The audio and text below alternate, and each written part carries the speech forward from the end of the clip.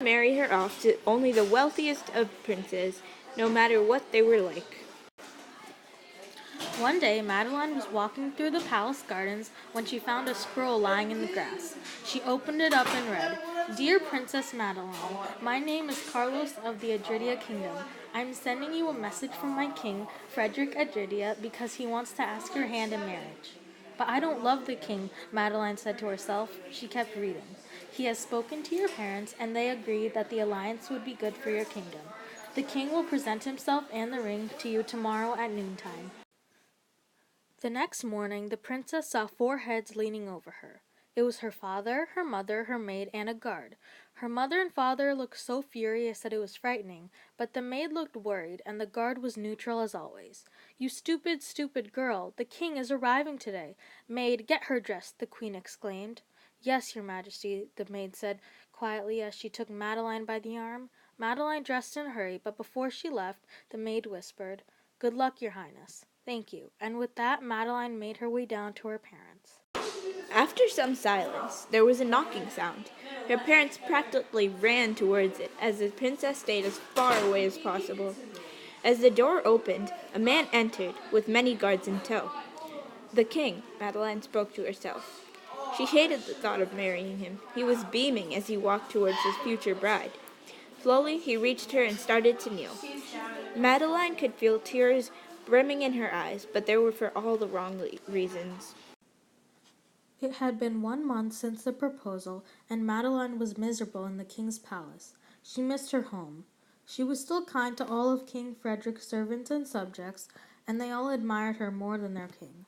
Her only friend was Carlos, the king's messenger. Ever since she came to the palace, he had always been kind to Madeline. He was the only one who knew her true feelings towards the king and the marriage. King Frederick forbade Madeline from seeing any friends, so Carlos and Madeline had to meet in secret. Carlos was a very good friend and comfort to Madeline. One day, when Madeline was reading a book, she heard 2 servants talking about a prisoner with the strongest of magic. She was very intrigued and decided to ask Carlos about it. "Carlos, is the king keeping a prisoner with magic in the castle dungeon? I heard 2 servants talking about it." Carlos was very hesitant to answer, but soon he did. The answer was very satisfying, and it gave her what she needed. "Yes, he may even be powerful enough to help you escape." From that day onwards, Madeline and Carlos were determined to get the prisoner to help her. Later that week, she saw guards outside in the forest gripping what looked like a person tightly and dragging him back towards the entrance of the dungeons. The guards struggled to keep the frail, bent-over old man from slipping through their fingers. As Madeline watched, the prisoner transformed into a fairy. She had dark flowing hair and shimmering rainbow wings. There was a glow surrounding her. Then, out of the blue, she blasted the guards back and started talking. "You know, Princess Madeline, you don't need to hide." Madeline was startled, but slowly showed her face to the fairy. "My name is Luna, and I'm here to help you," said the fairy in a gentle voice. Madeline was speechless. "Don't worry, I have a plan to get you out of here," said Luna. "I'd love to get out of here," Madeline replied. "Okay, you'll need to find the magical sword of Adridia. Currently, the king possesses the sword. He keeps it in his treasury, so you'll need to get it in there," Luna explained. "Okay, thank you, Luna," Madeline said. The fairy nodded. "If you need any more guidance, be sure to call for me." She fluttered her wings and flew off into the sky. Madeline ran back into the palace to find Carlos and tell him about the sword. She found him waiting for her in one of the many secret passageways in the palace. "Carlos," she cried, "I know how to escape. I met the prisoner who has magic. It was a fairy named Luna. She told me that I need to find the magical sword which the king has stored in his treasury." "Oh," he looked a bit sad, "so I guess you'll be leaving soon. Anyway, let's go find that sword," he said the last part a bit too excitedly, as if to cover up for something. After that, they snuck into the treasury to get the sword. Suddenly, they heard a noise coming from outside. "Open up! It's the king! Madeline, I know you're in there with my messenger." Carlos opened the door, knowing there would be no point in hiding. "Where is she, and what do you think you're doing with her? You shall be punished for this," thundered King Frederick. "I'm here." Madeline gave herself up. As much as she wanted to leave, she wasn't going to let Carlos take the fall for her. "Arrest them!" the king yelled at his guards. "How do I get out of here, Luna?" asked Madeline, wiping her tears away. "I don't think it will be safe for you to go there. The king is planning to use the sword of Adridia," said Luna. I have to save him. I would be devastated if he died. And what is this sword of Adridia thing? Why is it so important? It is an ancient magical item that has the power to kill anyone, or save anyone. Then I must find it. I don't care how dangerous it is. I will save Carlos and kill the king, Madeline said with sheer determination. The princess started to formulate a plan to escape and reach Carlos. After many hours of hard thinking, she finally had a plan. It was risky, though. Luna, you can teleport and be invisible at the same time, right? Yes, I can. Why? Well, I was wondering if you could go and retrieve the sword, and then you could just teleport through the bars of the cell to get me out. Please? Luna sighed and looked at Madeline. I don't know if I can. It'll require a lot of my strength and power. I will probably be weak for a while after. I thought you were the all-powerful of all kingdoms.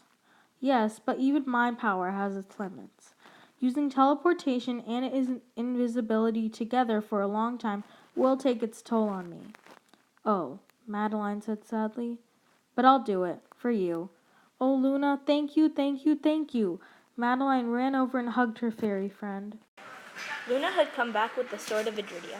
While she rested to regain some of her strength, Madeline impatiently waited for Luna to teleport her out of the cell. She picked up the sword. It looked old and was covered in dust.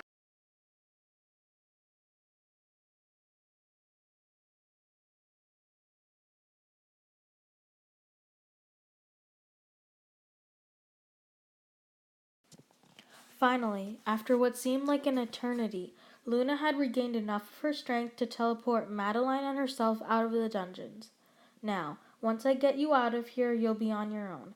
I hate to leave you, but I've helped you as much as I can, Luna told Madeline sadly. For a second, Madeline panicked, afraid that she wouldn't be able to save Carlos and defeat the king alone.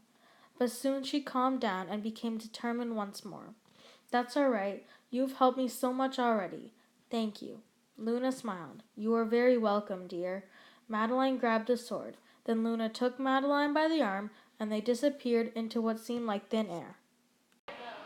King Frederick clapped his hands. Servants, get me the sword of Adridia so we can execute this traitor.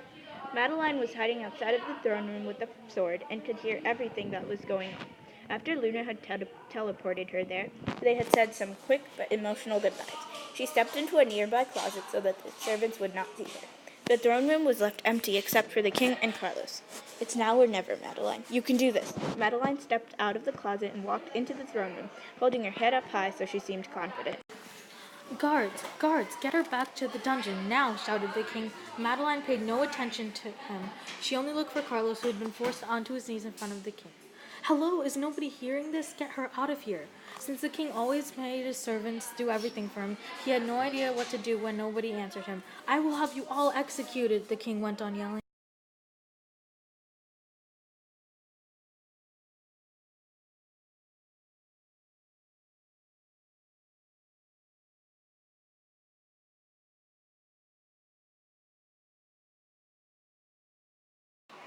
Madeline and Carlos ran out of sight, still watching the king. Madeline charged at him from behind with the sword. She cut off his head, and there was blood everywhere. Carlos gaped, and his eyes widened. Madeline was surprised at herself, too, but she was relieved that the king was dead. Are you all right? Carlos asked, concerned. Madeline was speechless. She stared at the king's decapitated body and his lifeless head.